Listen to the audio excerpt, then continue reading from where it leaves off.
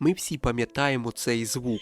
Звук орла, що розрізає повітря перед тим, як ти робиш стрибок віри в стогих сіна. Я з цією серією стільки, скільки в принципі пам'ятаю себе як геймера. Я грав у неї ще на кнопкових телефонах, качаючи ті самі піксельні Java ігри на уроках. Assassin's Creed – це не просто франшиза. Для багатьох із нас це ціла епоха. Це історія про свободу, контроль, стародавні змови і про те, як великі ідеї іноді розбиваються об корпоративну жадібність. Сьогодні ми розставимо всі крапки над «і». Жодних вилізаних журналістських оглядів, жодної Вікіпедії, тільки чисті емоції, чесна критика і мій особистий, суб'єктивний, але до біса справедливий рейтинг кожної гри серії. Від абсолютного сміття, яке хочеться забути як страшний сон, до шедеврів, які назавжди змінили ігрову індустрію. Мовчуйтесь зручніше, надягай капюшони, ми занурюємося в анімус. Ну і не забудьте, звісно, вподобайки вліпити і підписатись на канал, якщо ще не підписані. До речі, поки ми тут про це говоримо, якщо хочеш бути в курсі всіх ігрових новин швидше, ніж виходять відео на моєму каналі, то є один нормальний телеграм-канал, який я сам періодично чекаю. Steamage. Там реально без води, свіжі новини, інсайди, знижки, анонси і навіть меми, які не соромно відправити своїм друзям. Тому залітайте. Бо давайте чесно, поки виходить відео, половина новин уже застаріває, а там це все з'являється одразу. І, звісно, контент регулярний. Я іноді сам туди заходжу, щоб нічого не пропустити, тому лінк є в описі, глянь сам, підписуйся. Щоб дістатися до зірок, спочатку треба розчистити підземелля. І почнемо ми з того, про що взагалі боляче говорити. Я навіть не хочу довго зупинятися на Assassin's Creed Shadows. Це люте гівно. 2025 рік. У мене був повний детальний огляд. Ось просто без ілюзій. Це квінтесенція всього, що сьогодні не так з Ubisoft. Вони взяли один із найочікуваніших сеттингів – феодальну Японію, про яку фанати благали десятиліттями, і перетворили це на пластиковий бездушний продукт. Але якщо Shadows – це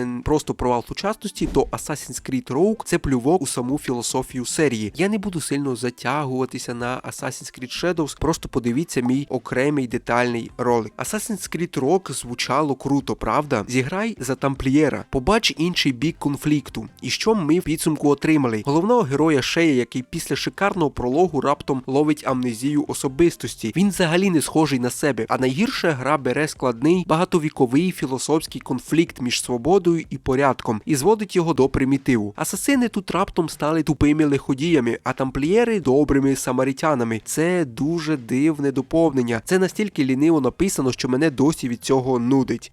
Додайте сюди абсолютно нудні, сірі локації, і ви зрозумієте, чому цю гру хочеться стерти з пам'яті назавжди. Десь тут внизу бовтається і Assassin's Creed Chronicles, 2D-платформер в Китаї, Індії та Рашці. Для того, чим воно є, це грабельно по суті, але це огризки, які не дають тобі відчуття великої пригоди. Це мобільний геймінг на максималках, який випадково потрапив на великі екрани, і він не заслуговує взагалі на те, щоб про цю гру говорити і пам'ятати її. А тепер слухайте уважно, бо ми підходимо до дуже болючої теми – Assassin's Creed Liberation. Гра, якій катастрофічно не вистачало в свій час амбіцій. Місцями вона мені навіть подобалася, і знаєте чому? Через Авеліну. Вона була дійсно цікавою, у ній був потенціал, але все інше прісне, як вода з-під крана. Сюжет веде в нікуди. Гра відчувалася дешево. І знаєте, що найстрашніше? Те, які висновки зробила Ubisoft з провалу Liberation. Вони подивилися на погані продажі і сказали: ага, це тому, що головна героїня жінка. Гравці не хочуть грати за жінок. Ви серйозно? Ви зробили сиру, нудну гру для портативки PS Vita, а звинуватили в цьому гендер персонажа? Це ви що там обкурилися чи що?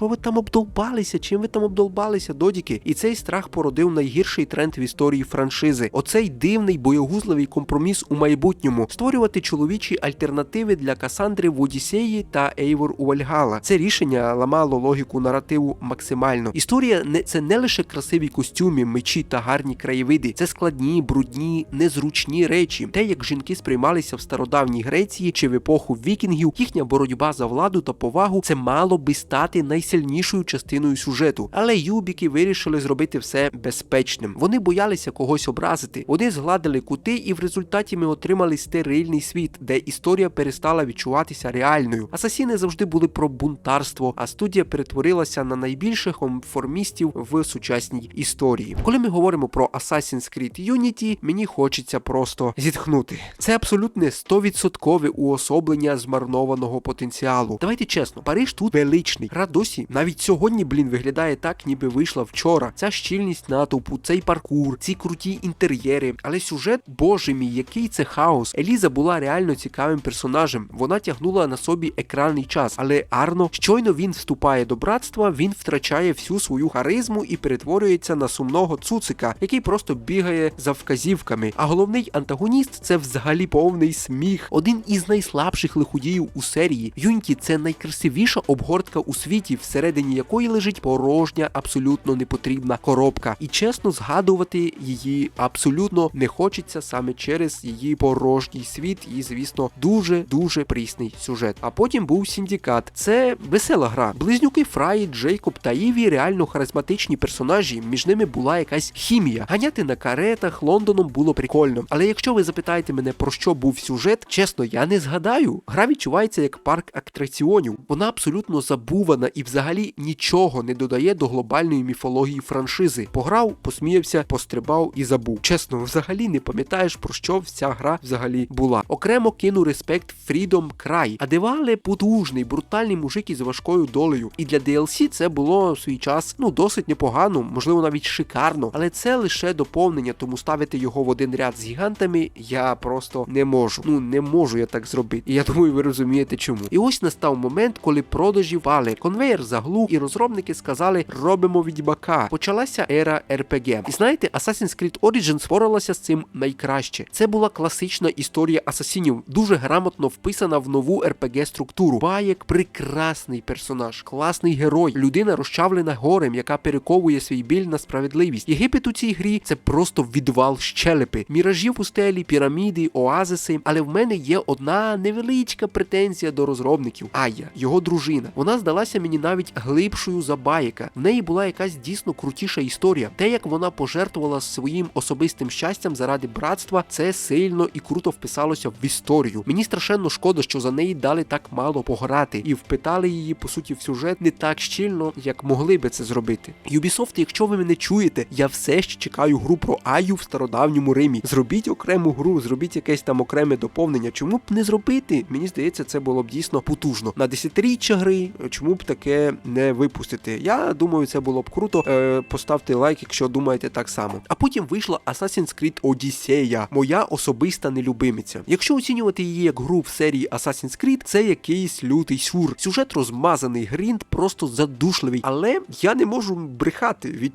Відкриття цього світу просто неймовірне. Коли ти впливеш на своєму кораблі і перед тобою виростає новий грецький острів, я клянусь, я відчував себе так, ніби дивлюся One Piece. Це дух справжньої чистої пригоди. Деякі побічні квести були просто шедевральними, а інші, написані ніби нейромережею на мінімалках. Це дуже суперечливий, але 100% пам'ятний досвід. Для мене вона занадто не асасинська, тому в моєму серці вона низько. Але я розумію тих, хто її обожнює, тому що дійсно історія її, така уж і непогана, дійсно крута, і ось ці пригоди, вивчення світу, це щось на реально високому, достойному рівні, про що забувати, звісно, не потрібно. І якщо у вас досвід у асасіна не такий уж і величезний, то я б вам радив такий непоганий такий зробити екскурс по Assassin's Creed Odyssey. Хоча б трошки її вивчити, хоча б трошки реально повчати саме її структуру. Мені здається, це дійсно вам сподобається. Щодо Вальгалли, вона непогана. Там є свій вайб, але після неймовірного Єгипту і масштабу Греції вона відчувається як крок назад. Вона розчаровує. Вона занадто розтягнута, ніби серіал від Netflix, який штучно подовжили на 3 сезони. І маленька згадка про Міраж. Вона дуже непогана. Це не шедевр, звісно, але це була чесна спроба повернутися до коріння. Невелике місто, стелс, інтриги. Дякую хоча б за це. Ми переходимо до важкої артилерії, до ігор, які зробили цю франшизу, по суті, великою.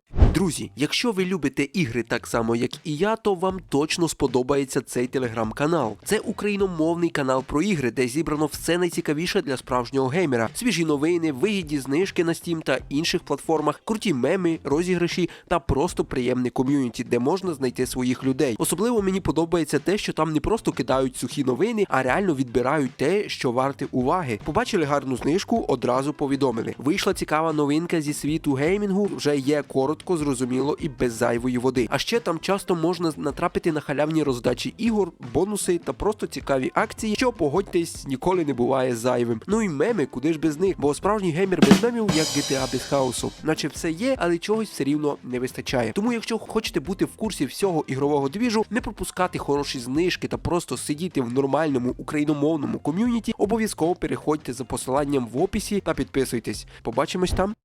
Перший Assassin's Creed. Так, сьогодні в нього боляче грати очам. Геймплей повторюється кожні півгодини, катсцен мало, все якось дерев'яно виглядає, дивні анімації, але атмосфера, боже, ця неперевершена атмосфера хрестових походів, ці холодні брудні міста, ця неймовірно інтригуюча сучасна лінія з Дезмондом, коли ти читав імейли в лабораторії Абстерго і в тебе мурахи бігали по шкірі, а Аль-Муалім досі другий найкращий антагоніст серії. Людина, яка маніпулювала самою істиною. Це фундамент, без якого не було б нічого. А тепер увага. Я знаю, що мене зараз можуть закидати помідорами, але я скажу це гордо, як давній фанат серії Assassin. Assassin's Creed 3 – це крута гра. На відміну від натовпу, який кричав «Конор дуже нудний персонаж», мені неймовірно сподобався цей персонаж. Його наївність, його лють, його сюжетна лінія корінного американця, світ якого просто стирають з лиця землі. І тут є він, Хейтем Кенвей. Безумовно, об'єктивно найкращий антагоніст у всій франшизі. Його діалоги з Конором – це золотий фонд ігрової індустрії. Так, пролог у грі затягнутий, але сучасна лінія тут досягла свого піку. Ти реально відчував, що кінець світу близько. Хоча заради справедливості саме фінал третьої частини «Смерть Дезмонда» завдав франшизі такої шкоди, від якої сучасна історія Анімуса так і не оговталася. А якщо ви пам'ятаєте, чому так сталося, то напишіть в коментарях, спойлерити все ж таки не буду. Ми підходимо до топ-3. І я хочу об'єднати ці дві гри, бо вони частина чогось більшого. Assassin's Creed Brotherhood. Багато хто казав, що це просто велике DLC для другої частини. І знаєте що? Саме це робить її геніальною. Навіщо ламати те, що ідеально працює? Вони просто взяли шедевр і розширили його. Рим у грі такий же живий і прекрасний, як Флоренція чи Венеція. Створення власного братства, виклик учнів прямо посеред бою – це давало відчуття справжньої влади. А потім був Revelations, старий Еціо, Константинополь, Каппадокія. Вони виглядали неймовірно для тих часів. Ага, Клинок. Господи, яка ж це була геніальна механіка для паркуру та боївки. Мені досі боляче, що Ubisoft його викинули і він більше ніколи не повернувся. Так, гра була трохи за короткою, але ходій ніяким, але Revelations подарувала нам один із найкращих фіналів в історії відеоігор. Зустріч Еціо та мертвого Альтаїра в бібліотеці. Дві епохи, два майстри, одна істина. Я чуть не плакав. Ми всі плакали, по суті. Це було ідеальне завершення історії. Друге місце. Гра, яка взагалі не мала працювати як Assassin's Creed, але розірвала індустрію на шматки. І скоро, до речі, буде її ремейк. Assassin's Creed Black Flag. Це найкраща піратська гра в історії людства. Крапка. Ніхто досі не зробив нічого кращого. Навіть сама Ubisoft зі своїм нещасним Skull and Bones курить в сторонці. Тут, на мою думку, найкраще прописані персонажі у всій франшизі. Едвард Кенвей – це не лицар у білих обладунках, це егоїст, жадібний пірат, який проходить через пекло, втрачає всіх, кого любив, і лише тоді розуміє суть креда. А Чорна Борода, його сцена, ви всі її пам'ятаєте. У світі без золота ми могли б бути героями. Це пробиває до мурашок. Black Flag ідеальна в усьому. Шанти на кораблях, морські битви, пошук скарбів, атмосфера свободи. Єдине, що не дає їй стати першою, це кляті місії зі стеженням. Хто взагалі придумав стежити за кораблем на іншому кораблі по болотах? Це були тортури. Реально, хто це придумав? Що ви курили? Що ви, чим ви обдолбались там? Але загалом це був абсолютний шедевр. І навіть зараз це моя одна із найулюбленіших серій, а саме частин в серії Assassin's Creed. Але номер один – Король на троні. Гра, яка визначає саме поняття Assassin's Creed. Assassin's Creed 2. Для мене це об'єктивно найкраща частина в історії. Вона не просто покращила першу гру, вона створила ідентичність франшизи, якою розробники користуються досі. Флоренція, Венеція – це не просто декорації, це живі організми. Я пам'ятаю вулиці цих міст краще, ніж вулиці свого, рідного села. А музика Єспер Кюда, який створив тему, яка стала гімном для цілого покоління геймерів. Коли Еціо та його брат піднімаються на вежу прологу, грає Еціо Family. і з'являється логотип гри. Це момент чистої, нерозбавленої ігрової магії. І сам Ейціо Аудіторія да Фіренце, ми прожили з ним його білі, коли його родину повісили. Ми вчилися битися разом з ним. Ми зустрічали Леонардо да Вінчі, ми мстилися. Ця гра мала дійсно ідеальний темп, ідеальну інтригу з глифи та відео, істина, ідеальне поєднання реальної історії та наукової фантастики. Assassin's Creed 2 це не просто гра, це шедевр, який назавжди вписав себе в історію мистецтва. І ніколи в житті не з'явиться,